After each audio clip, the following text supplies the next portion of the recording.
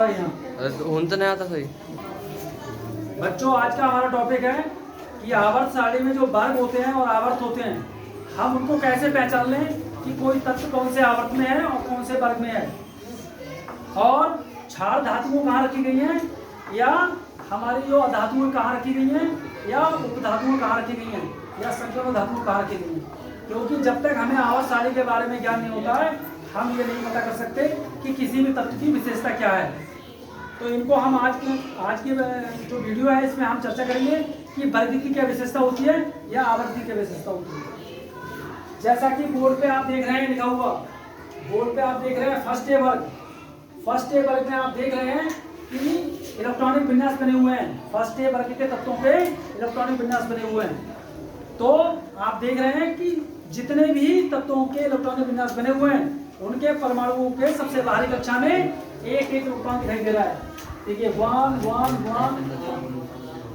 और मैंने पहले भी बताया है, जब हम इलेक्ट्रॉनिक विन्यास बनाते हैं तो किसी तत्व के परमाणु के सबसे बाहरी कक्षा में इलेक्ट्रॉनों की जो संख्या होती है वो उसके वर्ग की संख्या बताती है या उसके वर्ग का ज्ञान कराती है। और जो भी उसके कक्षाएं आती है निकल के, देखिए जैसे यहाँ पर पहले वाले में हमारी कक्षाएं कितनी आ रही है, देखिए पहले वाले में 1, दूसरे वाले में हमारी आ रही है 2 1, तीसरे वाले में आ रही है 2 8 1, तीसरे वाले में 2 8 8 1। तो ये देखिए 1 2 3 4। तो ये हमारी जो कक्षाएं हैं ये क्या बता रही है, हमारे ये आवर्त को बता रही है कि ये जो हमारा तत्व है पोटेशियम, ये पोटेशियम कहाँ पर है, ये पोटेशियम चौथे आवर्त में है। कौन से आवर्त में है, चौथे आवर्त में है, चौथे आवर्त में है। और इसका वर्ग कौन सा है, वर्ग कौन सा है, वर्ग है इसका फर्स्ट। चौथा आवर्त है इसका, चौथा आवर्त, और वर्ग क्या है, फर्स्ट। तो इस प्रकार से हम हर तत्व के बारे में देख सकते हैं कि कौन सा तत्व कौन से आवर्त में आ रहा है, कौन से वर्ग में आ रहा है। इसी प्रकार से आप यहाँ देख सकते हैं, देखिए ये हमारा 7th ए बना हुआ है।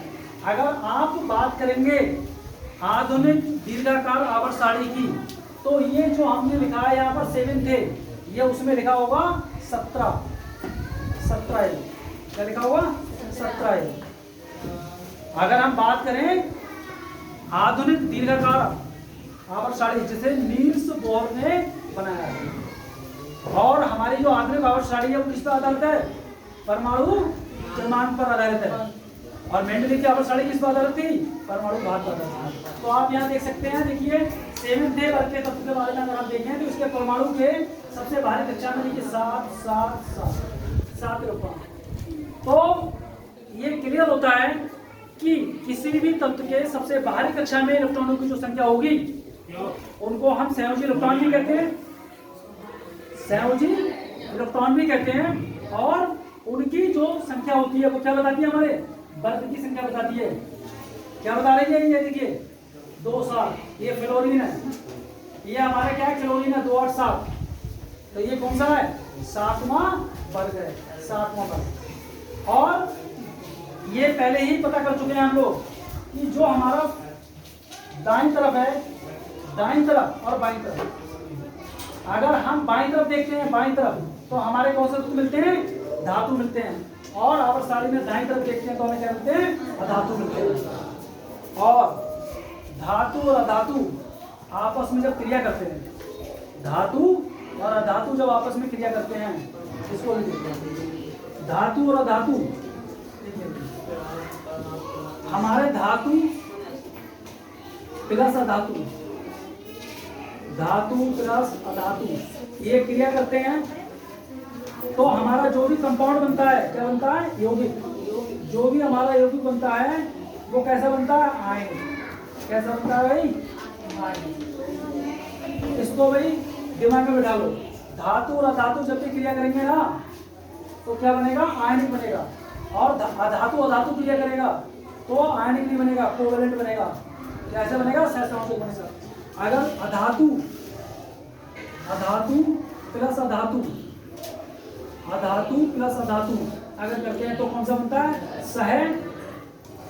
सहसंयोजी।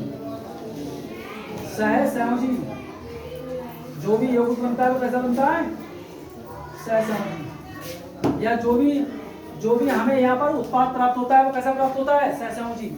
और धातु और अधातु करते हैं तो क्या कैसा बनता है, आयनिक बनता है युग्म। जो भी हमारा उत्पाद होता है इसी को तो हम उत्पाद कहते हैं। और ये हमारे क्या होंगे दोनों, ये हमारे होंगे अभिकारक। अरे ये बड़ा है नहीं बड़ा है, अभिकारक। ये अभिकारक होते हैं। तीर के निशान के दाईं तरफ हमारे क्या लिखे जाते हैं, कमेंट। तीर के निशान के दाईं तरफ हमारे अभिकारक लिखे जाते हैं, क्या लिखे जाते हैं, तीर के निशान के बाईं ओर अभिकारक और दाईं ओर उत्पाद, बाईं ओर अभिकारक। तो धातु देखो यहाँ पर देखिए, धातु हमारे हमारे पास सोडियम है और प्लस यहाँ Cl है, और ये क्या बनता है, NaCl बनता है। कैसे बनता है, ये Na प्लस होता है और प्लस ये Cl माइनस होता है, और ये क्या बनता है हमारे पास, NaCl बनता है। तो ये धातु है देखिए, और ये क्या है, यहाँ तक दिख रहा है, दिख रहा है इसमें अधातु, धातु और अधातु। तो हमारे देखिए धातु में ये धातु है, ये अधातु है, और क्रिया करके हमारा क्या बन गया, NaCl बन गया, NaCl बन गया। NaCl होता है हमारा नमक। क्या है ये भाई, ये है हमारा नमक। और ये नमक क्या होता है, ये जबरदस्त आयनिक होता है। अगर इसको हम जल में घोल दें, नमक के लिए जल में घोल बना लें, तो ये विद्युत का गुड कंडक्टर होता है। इलेक्ट्रिसिटी का कैसा होता है, गुड कंडक्टर होता है। ये क्वेश्चन कई बार पूछा गया है कि नमक की गोली में अगर विद्युत धारा प्रभावित करें तो नहीं होती। अगर नमक ठोस अवस्था में है तो उसमें विद्युत धारा प्रवाहित नहीं होती है। लेकिन अगर नमक गला हुआ है, पानी में है, जब विद्युत की लाइनें बिछाई जाती हैं तो वहां पर अर्थिंग पॉइंट लगाए जाते हैं। क्या लगाए जाते हैं, अर्थिंग पॉइंट लगाए जाते हैं।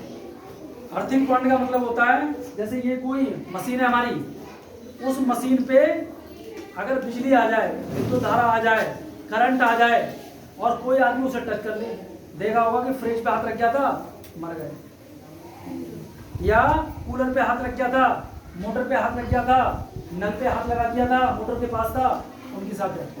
क्यों, क्योंकि उस पे क्या आ गया था, करंट आ गया था। व्हाट इज करंट, विद्युत धारा, इलेक्ट्रिसिटी। तो अर्थिंग नहीं थी प्रॉपर्ली। अगर अर्थिंग होती तो अर्थिंग का मतलब क्या होता है कि वो जो करंट आएगा वो नीचे चला जाएगा, जमीन में चला जाएगा। और ये धरती माता ऐसी है ना, इनका कोई धैर्य का पता ही नहीं है, कितना इनके पास धैर्य है, और आकाश के पास कितना धैर्य है। कुछ भी बोलो, कुछ भी करो, सब गायब हो जाता है। गालियां दो चाहे अच्छाइयां करो, सब गायब हो जाता है, आकाश में हो जाता है।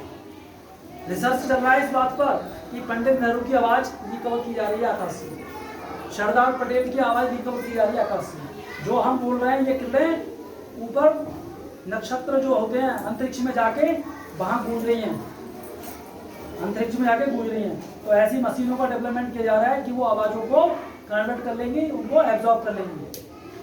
सूर्य की जो प्रकाश आता है उनको कौन एब्जॉर्ब करता है सबसे पहले, पेड़ पौधे, हरे पेड़ पौधे। तो देखिए ये जो हम बात कर रहे थे धातु, इसके बारे में आता है कि धातु और अधातु क्या करते हैं, आयनिक बंध वाले क्या बनाते हैं, यौगिक बनाते हैं। और अधातु क्या बनाते हैं हमारे, ये सहसंयोजी बनाते हैं, सहसंयोजी कोवलेंट बनाते हैं। ये सारी चीज कहाँ से पैदा होती है, यही वर्ग में। देखिए इनके बाहरी कक्षा में जो इलेक्ट्रॉन है ये क्या है, इनके संयोजी इलेक्ट्रॉन। इनके बाहरी कक्षा में इलेक्ट्रॉन है, ये क्या है, संयोजी इलेक्ट्रॉन। तो वर्ग में क्या होता है, सभी तत्वों के बाहरी कक्षाओं में समान इलेक्ट्रॉनों की संख्या होती है, जिन्हें हम संयोजी इलेक्ट्रॉन कहते हैं। और धातुओं के बारे में मैंने बताया था, धातुओं की संयोजकता, उनका इलेक्ट्रॉनिक विन्यास बनाएंगे तो सबसे बाहरी कक्षा में जो इलेक्ट्रॉनों की संख्या आएगी वो उनकी संयोजकता होगी, उनकी संयोजकता होगी। यानी धातुओं की संयोजकता बराबर उनके बाहरी कक्षा में संयोजी इलेक्ट्रॉनों की संख्या। अधातुओं की संयोजकता क्या होती है, उसमें अष्टक का नियम लागू हो जाता है। अधातुओं की संयोजकता क्या करते हैं, 8 माइनस उनके बाहरी कक्षा में इलेक्ट्रॉनों की संख्या। ये मैं लिखा चुका हूँ पहले, और इस पर वीडियो भी अपलोड है चैनल पर, देख सकते हैं। तो ये जो संयोजकता होती है यही हमारे तत्वों को संयोजन करने की क्षमता होती है, और इसी के द्वारा हमारे नए नए उत्पाद बनते हैं। और ये वर्ग में कैसे होता है, वर्ग में संयोजकता एक समान रहती है। वर्ग में क्या रहती है, वर्ग में किसी भी वर्ग में सभी तत्वों की संयोजकता एक समान होती है। अगर हमारा पहला वर्ग है तो उसमें सभी तत्वों की संयोजकता 1 है। अगर हमारा 7वां वर्ग है तो उसमें सभी तत्वों की संयोजकता 7। लेकिन अधातु में क्या होता है, अष्टक नियम लागू होता है, तो 7 क्या करेंगे, ऐसे होता है। देखिए बाहरी कक्षा में 8 माइनस बाहरी कक्षा में इलेक्ट्रॉन क्या होगी संयोजकता, संयोजकता क्या होगी भाई, संयोजकता अधातु की संयोजकता क्या लिखेंगे इसे, अधातु की संयोजकता। अधातु की संयोजकता के बारे में क्या लिखेंगे, 8 माइनस 7, यानी इसकी संयोजकता होगी -1। और ये इस तरीके से 8 माइनस 1 ये करते हैं तो ये काय में आती है, माइनस में आती है। तो अधातु की संयोजकता क्या है, 7 थे वर्ग के अधातु की संयोजकता क्या है, -1 होती है। और यहाँ देख लो देखिए ये लिखा है +1 और ये -1। आयन परमाणु के ऊपर प्लस या माइनस का चिन्ह लगाते हैं तो उसे क्या कहते हैं, आयन कहते हैं। अगर किसी परमाणु का जो प्रतीक है, सोडियम के परमाणु का प्रतीक क्या है, N है, क्लोरीन का क्या है, Cl। अब इस पे प्लस लगा दिया, उसमें माइनस लगा दिया, तो ये क्या बन गया, क्लोरीन का आयन, ये सोडियम का। और आयन ही भाग लेते हैं तो वो रिएक्शन क्या कहलाती है, आयनिक रिएक्शन। आयनिक रिएक्शन आगे चल के आप पढ़ेंगे ये आयनिक रिएक्शन क्या होते हैं। आयनिक कंपाउंड क्या होते हैं, आयनिक कंपाउंड होते हैं, कोवेलेंट कंपाउंड होते हैं, मेटालिक कंपाउंड होते हैं, क्योंकि जिसमें जैसा बंध पाया जाता है उसी प्रकार से उसका नाम पड़ जाता है। तो वर्ग में संयोजकता समान रहती है, लेकिन आवर्त में क्या करती है, आवर्त में संयोजकता पहले 1 से लेकर 4 तक बढ़ती है, फिर 4 से 1 तक घटती है। और ऑक्सीजन के प्रति क्या करती है, 1 से लेकर 7 तक बढ़ती है, 1 से लेकर 7 तक बढ़ती है। इस प्रकार से संयोजकता क्या होती है, आवर्त में पहले बढ़ती है फिर घटती है, लेकिन वर्ग में एक समान रहती है। जितने भी वर्ग हैं उनमें संयोजकता समान रहती है। अब आता है धन विद्युतीय लक्षण। धन विद्युतीय लक्षण आवर्त में जाते हैं तो आवर्त में बाईं ओर से दाईं ओर चलने पर धन विद्युतीय लक्षण क्या होता है, हमारा कम होता जाता है और विद्युतीय लक्षण बढ़ता जाता है। ऐसे ही इलेक्ट्रॉन त्यागने की प्रवृत्ति, जो हमारी क्षार धातु होती है वो प्रबल धन विद्युतीय होती है, उनमें इलेक्ट्रॉन त्यागने की प्रवृत्ति बहुत जल्दी होती है, उन्हें बहुत जल्दी होती है। जैसे कुछ लोग होते हैं उन्हें क्वेश्चन पूछो आप तो समझेंगे नहीं आंसर देते और आंसर गलत होता है, तो जल्दीबाजी में क्या होता है, काम खराब हो जाता है। लेकिन अब मान लो आप क्रिकेट के खिलाड़ी हैं तो जल्दीबाजी कामयाब है, आप सोचते रहो साहब किधर को मारेंगे है, तब तक तो विकेट उड़ जाएगा। तो क्रिकेट के मैदान में जैसे क्रिकेटर खेलता है, ऐसे ही आप लोगों को सतर्क रहना है और उन बातों को नोट करना है। जैसे एक क्रिकेटर होता है, डिसीजन लेता है बहुत जल्दी, डिसीजन मेकिंग पावर आज के लोगों में नहीं है। आपने देखा होगा कुछ लोग आते हैं, अभी आपसे बात करेंगे, कह देंगे हाँ ठीक, अब वो घर जाएंगे, डांट पड़ी साहब उनकी गृह मंत्रालय के मिनिस्टर की, और अच्छा ऐसा क्या है, आपको तो पता ही नहीं ऐसे होता है वैसे होता है, लो बदल गया डिसीजन, क्योंकि डिसीजन मेकिंग पावर लोगों में नहीं है। तो ये आवर्त सारणी जो है, इसका इसीलिए आवर्त सारणी नाम पड़ा है, क्योंकि जो तत्व होते हैं ना उनके 2 प्रकार के गुण होते हैं, एक भौतिक गुण और एक रासायनिक गुण। और उनमें क्या होता है, क्रमिक परिवर्तन होता है, एक क्रमानुसार परिवर्तन होता है, और ये क्रमिक परिवर्तन के कारण ही इस सारणी का नाम क्या हो गया, आवर्त सारणी हो गया। आवर्त सारणी का अगर हमें ज्ञान है तो हम इनकी रासायनिक क्रियाएं लिख सकते हैं, इनके गुणधर्म लिख सकते हैं, कौन धातु है, कौन अधातु है, कौन संगम धातु है, इनके बारे में कर सकते हैं। और पूरी केमिस्ट्री इसी पर आधारित, इसी को हम डिस्क्रिप्शन में करेंगे, इसी को आगे पढ़ेंगे, इसी को लार्ज स्केल पर आगे स्टडी करेंगे। इसलिए आवर्त सारणी को स्टडी करो, पढ़ो, और कौन सा वर्ग है, कौन सा आवर्त है, इसको ध्यान कर लो, कौन से वर्ग में क्या होता है, कौन से आवर्त में क्या होता है। अब नेक्स्ट वीडियो में हम आपको मिलेंगे और आपको बताएंगे कि आवर्त सारणी के दोष क्या होते हैं। अभी तो हमने गुणों के बारे में बात की है, अब नेक्स्ट वीडियो में हम बात करेंगे कि आवर्त सारणी के दोष क्या होते हैं। तब तक के लिए